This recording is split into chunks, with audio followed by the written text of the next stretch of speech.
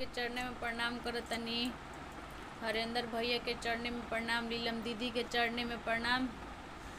जितना गुरु भाई गुरु बहन सबके चरणें में प्रणाम करतनी। हमार प्रणाम स्वीकार करी। हे शिव गुरु प्रणाम स्वीकार करी। अरे खुलल बाड़े शिव गुरु स्कूलिया हो, शिशिया नाम लिखावाल। खुलल बाड़े शिव गुरु स्कूलिया हो, शिशिया नाम लिखावाल। नाम लिखावाल शिशिया नाम लिखावाल। नाम लिखावाल शिशिया नाम लिखावा। उहे स्कूलिया के शिव गुरु मास्टर। उहे स्कूलिया के शिव गुरु मास्टर। उहे स्कूलिया के शिव गुरु मास्टर। पार्वती हई मैडमवा हो, शिशिया नाम लिखावाल। पार्वती हई मैडमवा हो, शिशिया नाम लिखावाल। नाम लिखावाल शिशिया घोषणा कराल।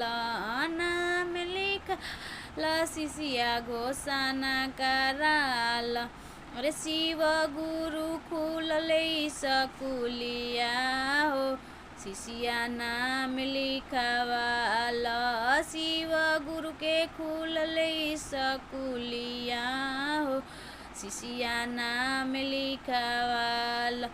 उहे स्कूलिया के हरेंद्र भैया मास्टर। उहे स्कूल हरेंद्र भैया मास्टर। लीलम दीदी हई मैडमवा हो, शिशिया नाम लिखावाल।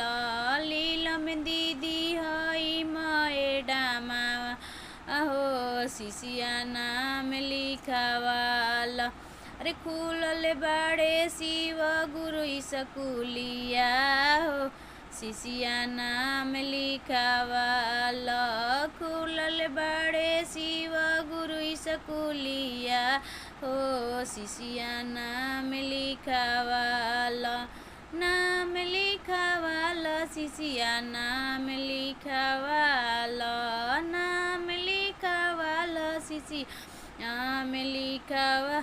उहे स्कूलिया के ब्रह्माजी मास्टर। उहे स्कूलिया के ब्रह्माजी मास्टर। लक्ष्मी मैया हई मैडमवा हो, शिशिया नाम लिखावाल।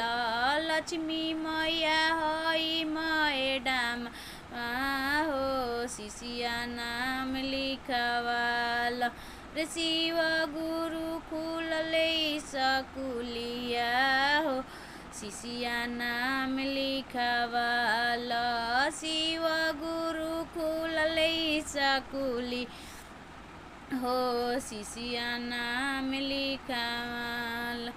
उहे स्कूलिया के गणेश जी मास्टर। उहे स्कूलिया के गणेश जी मास्टर।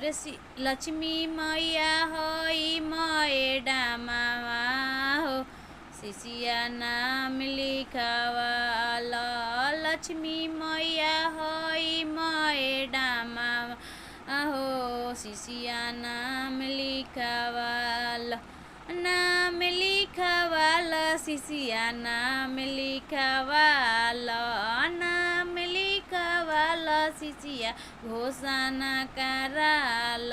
घोषणा कराल शिशिया घोषणा कराल। अरे शिव गुरु खुलल स्कूलिया हो, शिशिया नाम लिखावाल।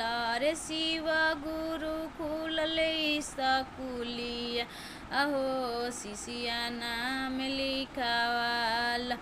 उहे स्कूलिया के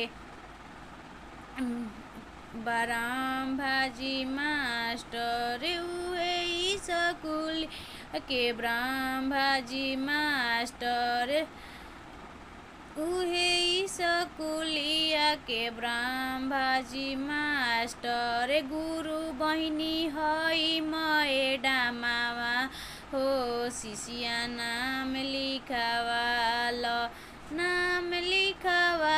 शिष्या घोषणा कराल नाम लिखल शिष्या घोषणा कराल